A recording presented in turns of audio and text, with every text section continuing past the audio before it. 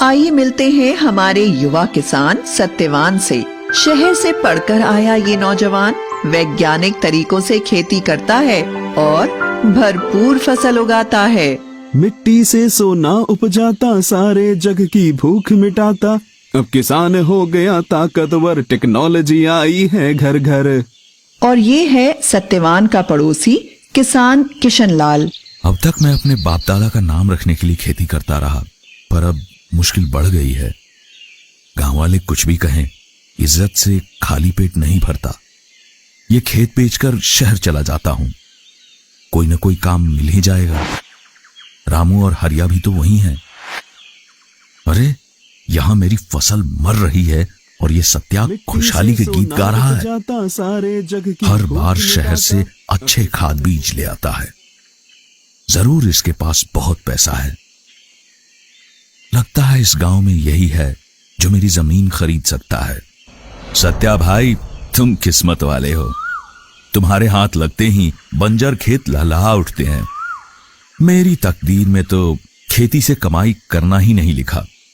आमदनी अठन्नी, खर्चा रुपया। सोचता हूं अब शहर जाके कोई रोजगार करूंगा। अरे भैया, ऐसे हिम्मत मत हारो। अब मैंने फैसला कर लिया है, बस ये पुश्तैनी खेत कोई भला मानुस ले ले। सत्या भाई, क्यों ना तुम ही मेरी चिंता दूर कर देते।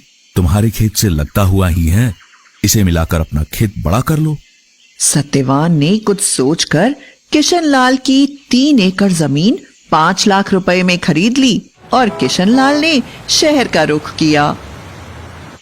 सत्यवान के खेत में सोयाबीन की भरपूर पैदावार हुई। इधर किशन लाल ने एक कारखाने में नौकरी करके अच्छे पैसे जमा कर लिए। जब वह गांव वापस आया तो देखता है कि उसके खेत का तो काया पलट हो गया।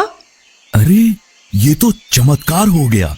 मेरी बंजर जमीन पे इतनी उपज कैसे? किशन लाल ने खेत बेच तो दिया था, पर उससे मोह नहीं छूटा था। फिर उसी खेत को ऐसी फसल उपजाते देख उसका मन बदल गया। फिर रात भर सोचता रहा कि कैसे भी हो सत्यवान से अपना खेत वापस लेगा और जम के खेती करेगा। आओ किशन भैया, सब कुशल मंगल। वैसे तो सब ठीक है, पर शहर की भागम भाग से परेशान हो गया हूं। सोचता हूं गांव ही में रहकर खेती करूं, वह भी तुम्हारे तरीकों से। ठीक सोचते हो भैया, अपनी जमीन से जुड़ के रहने की बात ही कुछ और है।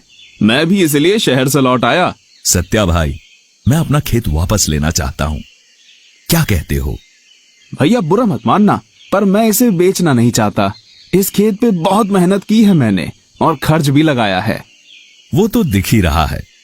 तुमने 5 लाख में लिया था, मुझसे 7 लाख ले लो। भैया आप जिद ही करते हो तो आज इसकी कीमत कम से कम 10 लाख होगी। तुमसे ऐसी उम्मीद नहीं थी सत्या। मेरा ही खेत मुझे दुगने दाम पर बेचना चाहते हो? वो भी सिर्फ आपके लिए, वरना मैं तो बेचना ही नहीं चाहता। ये तो सरासर बेईमानी है। मैं ये मामला पंचायत में ले जाऊंगा। जैसा आप ठीक समझो भैया। क्यों बेटा, तू किसना को उसका खेत काहे नहीं लौटा देता? दादा, मैंने इस सूखे खेत को सुधारने में बड़ी मेहनत और खर्च किया है। मैं तो बेचना नहीं चाहता था, पर किशन भैया अड़ ही रहे हैं, तो उचित कीमत तो लूंगा ना। लालच की हद होती है। 5 लाख की जमीन के 10 लाख मांग रहे हो। भैया जब जमीन आपके पास थी तो एकड़ की मुश्किल से 4 क्विंटल सोयाबीन होती थी, अब पूरे 9 क्विंटल उतरती है। भैया ऐसा भी हो सकता है? 9 क्विंटल ऐसा भी हो सकता है? अरे मुझे तो यकीन ही नहीं होता। हैं? इतनी उपज तो हमने कभी ना देखी ना सुनी। ये तुमने कैसे किया? इसकी मदद से। फोन से? वो कैसे? मैंने इसमें एग्री सेंट्रल ऐप डाला। इस ऐप में बुआई से लेकर फसल बेचने तक हर कदम पर सच्ची और अच्छी जानकारी मिलती है। बस मैं एग्री सेंट्रल की सलाह अपनाता गया और पैदावार बढ़ती गई। सरपंच जी, मेरा फैसला। अरे तुम रुको भी। सत्या, ये तो पूरे गांव के लिए फायदे की चीज है, जरा खुल के बताओ। इस ऐप में है मेरे 6 सच्चे साथी। पहला है क्रॉप प्लान। ये मुझे अपनी बुआई की तारीख के हिसाब से बताता है कि खेत को कैसे तैयार करना, कब कौन सी खाद डालनी है, कब कौन सा स्प्रे करना और कब सिंचाई। और हाँ, खाद, बीज, दवाई सबके लिए अच्छी गुणवत्ता वाले विकल्प भी सुझाता है। काका, साल दर साल हम एक ही तरह की फसल लगाते हैं। इससे मिट्टी की उत्पादकता कम हो जाती है और रोगों का हमला भी बढ़ता है। एग्री सेंट्रल बताता है कि फसलों का फेरबदल कैसे करें ताकि मुनाफा बढ़े, खेत उपजाऊ बने रहे। पर मैंने तो हर साल अलग फसल लगाई, महंगी खाद और दवा भी डाली, पर ऐसी फसल कभी नहीं हुई। आपको पत्तियां जली हुई दिखाई देती थी तो आप उन पर झुलसा रोग की दवा छिड़कते थे, पर असल में आपके खेत की मिट्टी में कीड़े थे जो फसल को जड़ से खा रहे थे। मुझे इसका पता चला साथी नंबर 2 से, जिसका नाम है क्रॉप केयर। इसमें मैंने पौधे की जड़ों की फोटो डाल दी और इसकी जबरदस्त तकनीक ने बताया कि ये नीमीटोड नाम का कीड़ा है। फिर उसका उपचार भी बताया। आज खेत में कीड़ों का नामो निशान नहीं है। ये सब कर भी लें, पर इंद्रदेव का क्या भरोसा। मेरी फसल अच्छी हुई थी, पर कटाई करके रखी और अगले ही दिन भारी बरसात आ गई, सारा माल खराब हो गया। इसी मर्ज की दवा है मेरा साथी नंबर 3। इसको देख लेते तो तुम्हें अगले 15 दिन के मौसम का पूर्वानुमान मिल जाता और तुम अपनी फसल बचा लेते।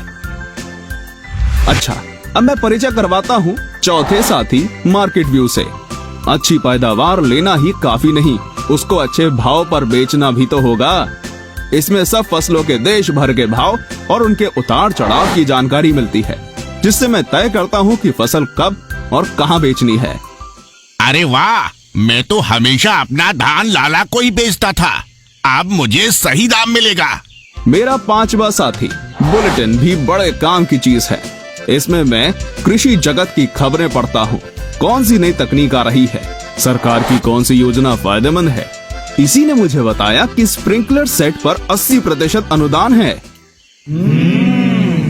छठा और सबसे अनोखा साथी है फार्म वॉइस। आप सबने फेसबुक तो देखा ही होगा।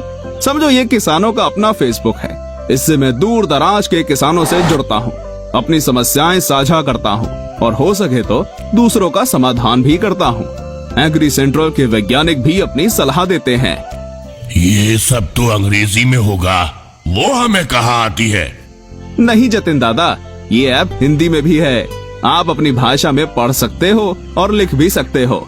जब ये ऐप इतना सब कुछ देता है तो इसकी कुछ फीस भी तो होगी। नहीं रमेश, ये बिल्कुल मुफ्त है। लाओ, अभी तुम्हारे फोन में डाल देता हूँ।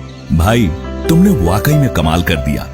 ये खेत तुम ही रखो और दिन दूनी रात चौगनी तरक्की करो। तुमने मुझे एग्री सेंट्रल दे दिया, यही मेरे लिए काफी है। मेरे भाई की जमीन परती पड़ी है, उसकी साझेदारी में खेती करूंगा और तुम्हारी तरह खुशहाल किसान बन जाऊंगा। स्मार्ट किसान भैया। लो जी, इन्होंने तो अपना झगड़ा सलटा लिया और गांव वालों को एक खजाने की चाबी भी दे दी। जब हो अच्छी पैदावार हम कैसे माने हार, आ गया है एग्री सेंट्रल लेके खुशियों की बौछार।